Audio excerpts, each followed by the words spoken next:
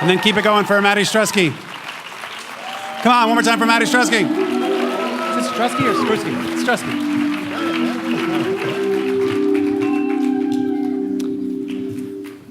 My daughter Rain is about to turn 5 years old next month, and when she was about 2 years old, she was diagnosed with cerebral palsy. And in most ways, Rain's just like every other kid her age, but the CP has affected her ability to walk, so she needs a wheelchair to get around. And when she was first born, I was hit with this wave of world-changing optimism where I was like, I'm gonna do my part to make the world a better place for everybody. You know, I'm gonna become an avid recycler, and I'm gonna start cleaning up beaches, and I'm gonna single-handedly curb global warming. But raising a child is exhausting, and very quickly I realized I was not going to do any of those things, and I needed to just focus on raising my daughter as best I could and spend as much time as I could with her. And so Rain and I have been going on adventures around Los Angeles since she was a baby. You know, we go to the museums or the parks or the observatory or wherever.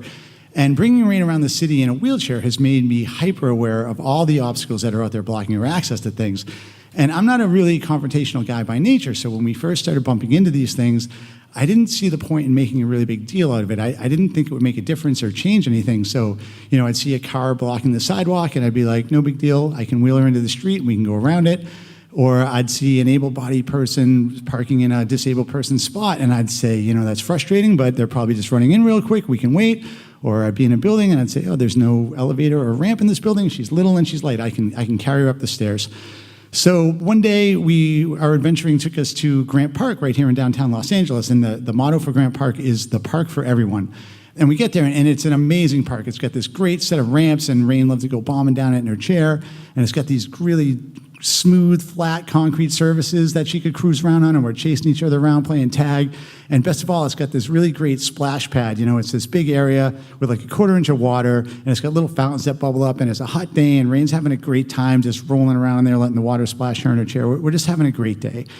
And all of a sudden, I see the security guard motioning me over to him at the side of the water, and I just get this pit in my stomach because I know what's about to happen. And I walk over, and he says, oh, I'm sorry, we have a no wheelchairs policy in the splash pad. She's gonna have to get out. And I'm saying, a no wheelchair policy, seriously? And he says, well, I mean, it's not just wheelchairs, it's bicycles or skateboards or rollerblades or anything like that. And all of a sudden, I just get this flash of all the obstacles that Rain has to work around every day just to get to a place like this.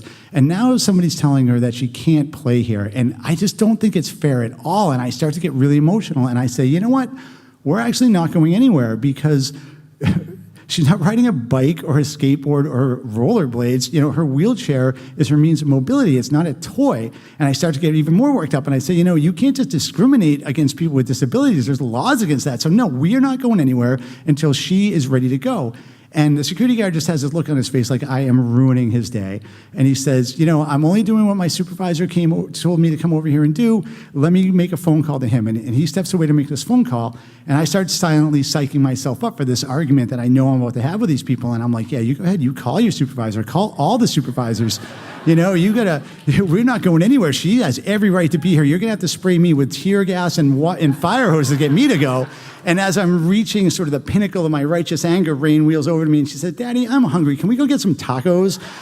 And I'm torn because on the one hand, I really want to dig my heel in and fight this. But on the other hand, I do not want to have to deal with a hungry 4-year-old. And I really do love tacos. So I walk over to the security guard who's wrapping up his phone call and I say, hey, we are going to go, but I need you to know that we are leaving because she is hungry and she is ready to go, not because you told us we have to go. And I need to make sure that you understand the difference here. And he's just like, oh, okay, that's great. And he's just very excited that we're leaving without causing a scene. So a short time later, we're eating our tacos, and I'm replaying the incident in my head, and it's eating at me. You know, I'm getting madder and madder, and I'm not enjoying my tacos at all, which is making me even madder, and because I just don't want to ignore what happened. And so I don't really know what to do. So I pick up my phone, and I anger tweet at Grant Park this photo of Rain playing in the splash pad, and I say, why did the Park for Everybody just tell my daughter she wasn't welcome because she's in a wheelchair? And amazingly, within about 5 minutes, a spokesperson from the park got back to me via Twitter with an email, and they said, please tell us everything that happened. We are very concerned about this. So I did. I told them everything that happened, and I said, you know, a big part of me wanted to tell that security guard to call the police and have them come and drag a 4-year-old in a wheelchair out of a splash pad and see how that went for everybody. But truthfully, a much bigger part of me just wants to be able to go to a park with my daughter like every other father gets to do and not have to explain to her why she's not allowed to play where all these other kids are playing.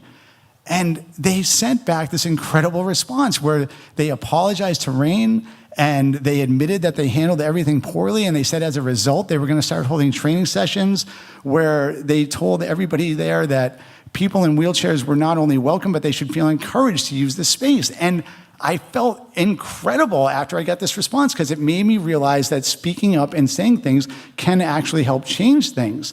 And now when I see things blocking Rain's access, I speak up all the time. And I know it's worth the effort because when I get to see her acting like every other kid her age, I feel like I made the world just a little bit better place for her.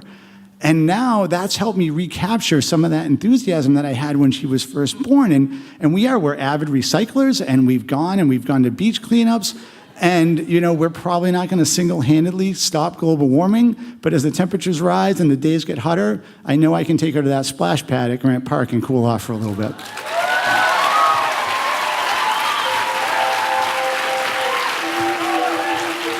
Come on for Matty.